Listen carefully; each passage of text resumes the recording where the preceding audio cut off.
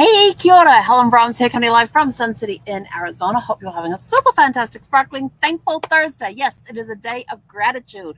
Although every day you should begin every day with a grateful heart. And I do that as much as I can. I write out a minimum 10 things every morning I am grateful for. So that's how I get my day started. So if you tuned in yesterday, you would have heard that today is the 5-year anniversary that Brad ended up in the ER. In tremendous pain. He was in so much pain he could barely move, and that was because his body was reacting from 2 days beforehand, having been laid flat on his back with crushed vertebrae, and for a procedure. He was knocked out at the time, but of course the body remembers, and the muscles were being used in ways that they had not been used for in months, and so the body reacted how a body normally reacts 2 days after physical activity or using muscles you don't normally use, and that's usually your sorest day, and that's what happened to him. And it was early in the hours of Saturday morning, which would have been the 24th, that he was actually officially admitted into hospital, and that began our 87-day journey of him being in hospital for 87 days. So although today, I think yesterday being as wacky as it was, today was a lot smoother than I thought it would be. But, I'm grateful for that. I'm grateful for the smoothness it was today. I think I had lots of spirit guides and my spiritual realm of counsels and faith and everything else that helped carry me through today. And I also got to do something today that I haven't done in a very, very long time. It's been over 2 years since I have actually spoken with Brad's best friend, Mike, and we got to have an incredible conversation today. And it was just really good to catch up with him, talk about things, and it just felt like Brad was there with me throughout the day. So it's been a very smooth day than what I thought it would be. So I'm very grateful for that. And then what's the other thing I was grateful for? There's another thing. What was the third thing? There was another thing. Jeepers, what was it? So it was just a very smooth day today. So, I'm grateful for a lot of things, and some of them I can't remember right now that happened to me today. I know that sounds bad, but I am since the 4th of April, I have now released 10 pounds into the universe for people who want it, for people who need it. Because, there's things like NICU babies out there that have to put weight on in order to be able to go home. And so when I release weight, I always say, I'm telling myself each morning, Ziffy, really? She's bringing me her toys. Thank you, sweet girl. You gonna let it go? Thank you. Is this for me to look after? Okay, I'll look after it. So she comes up. Oh, you don't want me to look after it? You want me to throw it? No, I'm just going to sit it right here for now because this is a really loud, squeaky one. It's a very loud, squeaky one. It did have a fur cover and looked like a duck, but this is one that they actually had it double thingy. So she's stripped off the fur thing, and now we're on to and here's the squeaky thing inside. And these things are hard to break on the squeakers, and they're very loud. But anyway, what was I talking about? You made me lose my train of thought now, but that's okay. I still love you. You were about to go for a walk. That was the other thing I was thankful for. We got rain today. Yay! My chest is feeling a little tight right now. But, not tight. Tight was the other word. Not congested, but it feels heavy when I breathe. And I discovered we're under an air quality warning. Before I got on my mastermind call this evening, we had warnings come through for severe thunderstorms and a dust storm. And we're under warnings for both of those here in this area. And we were sitting here and we were rocking and a rolling for a little bit. And Zeffy was up there on the dash with her head up on the edge of her bed, looking out the window, snoozing away. And it got a little hairy there with the noise and everything going on, but it's okay. We got through it. But it was raining. I was like, yay, we're now in the rain. I'm sort of like wanting the call to hurry up and then so go outside and dance in the rain. But the rain and the thunderstorm that well, it wasn't really thunderstorms, it was more rain that we got, and it wasn't too heavy. I didn't have to pull out the headphones to listen to the call. It wasn't too heavy, but it was enough that we got wet. I had big splatters on the windows here. I'm like, I really want to go outside and dance tonight, but I have to pay attention to my mastermind call. But I really want to go outside and dance in the rain. But our thunderstorms did not occur here. We did get a bit of the dust because I could hear the wind coming in and I could start feeling it in my chest. And then thinking, oh my gosh, I just suddenly thought that the fan was on in the bathroom, and I'm looking to see which way are the rain spots coming from, and they were coming from the front of the vehicle, so I didn't have to worry about going and having to close off the fan because the opening for the fan points to the rear of the vehicle. And sometimes release, good girl, good release, Seffi. That was a good girl. When the now I have, this is one of her new ones. It's already sustained a little bit of damage, but it's okay. She's got plenty of toys. She just skidded along the floor with this one, which is why I was laughing. But when it comes from the back of the vehicle, I have to go shut that fan down because the winds can get strong enough from the east that it's actually blowing wind, dust and dirt through the filter into the fan and into the RV. And of course, that's my bathroom, and it goes all over my toothbrush and everything else in the bathroom when I go in, and there's this fine layer of grit everywhere, and I'm like, great. So I didn't have to do that today because it was coming from the front of the vehicle, so that was a good thing. That was a thing to be grateful for.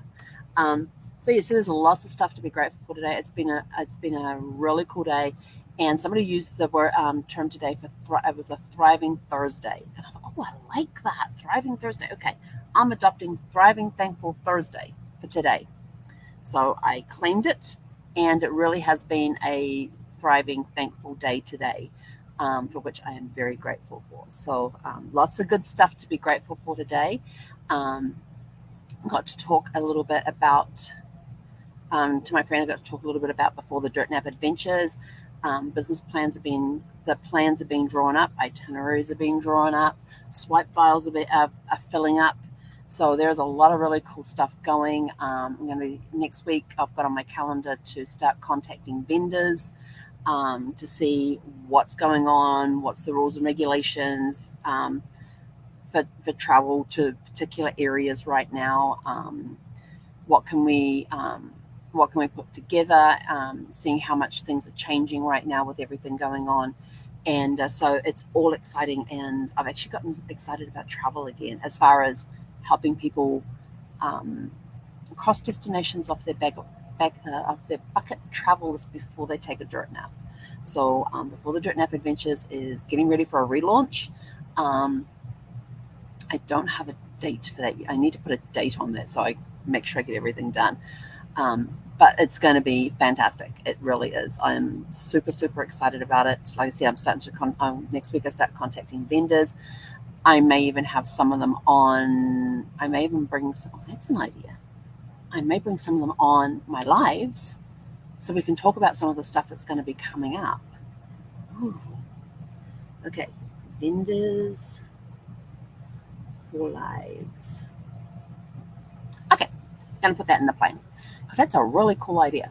And then also going to be talking with different vendors for where we do customized family trips to certain countries and areas and things, about what requirements are for those, how far in advance we need to do them. And so I can go back to my genealogy clients and say, hey, how about taking a trip to your home, the homeland that your people came from, that your family came from, and taking the family, getting together and doing a family group trip to go and see the homelands.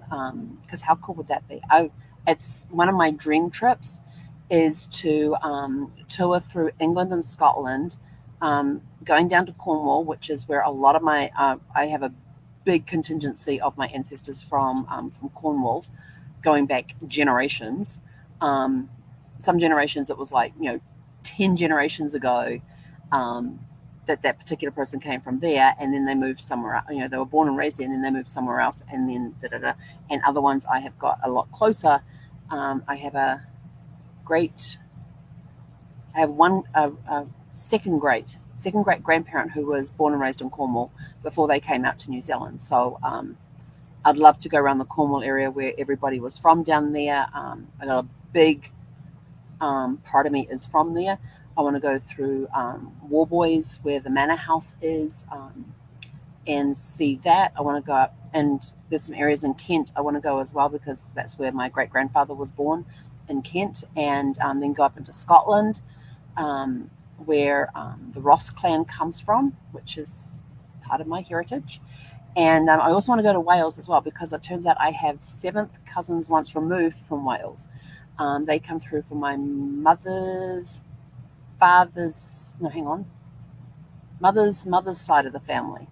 So my mother's maternal side of the family, and seventh cousins once removed, who I have connected with through because there's a guy who's doing a one name research on one of the names in my genealogy, and I hooked up with him years ago when I discovered his one name research, and I was able to fill in gaps for him for my third great grandmother, and so I was able to fill in the gaps for him from there, and I've got access to his tree. He's got his tree online, been able to go on there, been able to find connections and everything else. And then through my own research, I've developed that side of the tree as well. Like you don't just go and say, oh, this person's done all this research, so it must be correct. Yeah, no. You still have to do your own research to verify everything. And then through the DNAs, through the DNA connections, I actually met up with a seventh cousin who lives in Canada. And a seventh cousin who lives in Canada. So I was able to help him figure out how he fitted into the tree and everything else. And then the two seventh cousins once removed that live in Wales are from the same line as my seventh cousin in Canada. And so he is their first cousin once removed. So it was kind of cool to be part of that, making that connection with them in the Facebook group we have for the surname. And that was just really cool to say, well, we got to meet him through DNA, and look, we found others that are part of his thing. And so he was the three of them were really excited to get to know each other and start that connection. And so that was really cool. So you get to find all things like this, and it's all because of this research this one guy had done on this one surname that we were able to make these connections, which is awesome. And was able to help people say, well, I can actually tell you about this, and this. Don't know about this portion, but I can tell you this, and this that we've researched and we've verified and everything else. So it's kind of cool when you can make those connections for people, and that's just within my own family tree. I've been able to do this for other people on their trees as well. Am I related to this particular famous person? So not directly, but you are related this way and this way and this way to this famous person, this famous incident, this So we've been able to do that for people as well. People have been looking for family members, and we've been able to have more success with those that have deceased than we have with those that are living. Especially when you get a very common name, you don't realize how common it is to start researching it. And then it gets tied up with, and I've got one where we're trying to find one person, and the problem with his name is that there's also a famous person with that name as well. So when you're researching everything else, you're having to separate the two and figure out, was that the famous person or is that somebody else? And the name is actually very, very common. Not as bad as like a John Smith, but close. So, and there's several people around the areas that this one person could be. So it's very interesting wading the way through that and trying to figure out when you don't have a lot of information to go on. It's a lot of fun. And that's what I love. It's the chase, it's the search, it's the solving of the mystery, it's digging a little deeper, finding a different angle to come at something from. Normally you're used to going over here and going down these databases and things like that, and now all of a sudden you got to, that's not quite working very well. What ones have we got over here that don't get used as often that I could use, and maybe help me find that person? So, it's a lot of fun, I tell you. Well, for me, it is a lot of fun. For some people, they're sort of like, I don't want to do anything with it. And some of us are like, well, I'm kind of interested in that, but not to that level, which is okay. That's why you have people like me out there who love what I do and love getting in there and digging around and finding out things. And another one, we were able to verify some rumors in the family. And another one, we uncovered something that they didn't even know about. Those are always fun. Yeah, when you go, I think I found them, but. And then you tell them the story and they're like, ooh, let me check on that for you. And they come back and go, yeah, I never knew that. And I went and checked, and it turns out that's what happened. And so you get those sorts of reactions as well. And some of them are sort of like, do I tell this person or do I not tell this person? Because some of the things that we find can be traumatic to people. And then it's down to, do we tell them or do we not tell them? So it's up to the person. And so then it's sort of finding a tactful way to go in gently to say, well, we did find some information. It is, setting it up for them. It is traumatic. It may have an impact on how you see this person. It may not. And then some have sort of, when I've approached them in that way, some of them just like backed off and ghosted. And I'm like, okay, they obviously don't want to know, and that's fine. So yeah, it comes down to, do you tell them or do you not tell them? And you get a feel for it when you get to know the people, because you get to know people when you're searching for their families. And so there's all sorts of stories that come up, all sorts of mysteries that get solved. Some mysteries create other mysteries. You solve that mystery, but this one's popped up when you're researching this one over here. So there's all sorts of funs and games that you can do. But imagine going and visiting your homeland. So that's what. And then after I finish with Scotland, I want to go over to Ireland, and there are cousins on my dad's. Is it mother's side? Yeah, dad's mother's side of the family that we have in Ireland, who I have not yet met. I know that they are over there. My great aunt was in contact with them at one point, and then she died before she could tell me who they were and how they were related, which part of the tree they came from. So now I've got to go find them, which is okay. I can do that. But yeah, I've got an Irish contingency in my family as well. So I'd love to go to those areas where the ancestors came from and find more information. And there's a place it's in Ireland. I think it was Cork, I was told. it was Cork, where they have like the entire database, all the records for Ireland in this one area, where you can go and do genealogy research and actually look at the files and everything else. And some of it's digitized, some of it's not. And so we'll see what happens. But that's one of my plans, is to do a trip through Cornwall, England, Wales, Scotland, Ireland, and just go visit family members that are still around. I don't care how many cousins removed they are from me, or how many, if they're my 7th cousin, 10th cousin, I don't care. I want to meet family. And then also learn more about the areas that family have come from. But I think that would be really, really cool. And also do some other research while I'm there too. Actually go in and see some of the records that may not yet be online, because there's not, out of all the records available in the world, there is a very small percentage that is actually available online. And when you think of the millions of records available online, and that's just a small percentage, it kind of puts in perspective for you just how many records are out there. And it's mind-blowing. It really is. But anyway, it is currently like 90 degrees outside right now. So we're going to go for a walk before it gets dark. And we haven't been for a walk, and it's actually going to be comfortable, and it's not going to be 3 digits.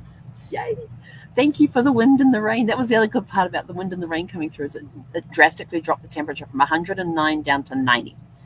20-degree drop. I love it.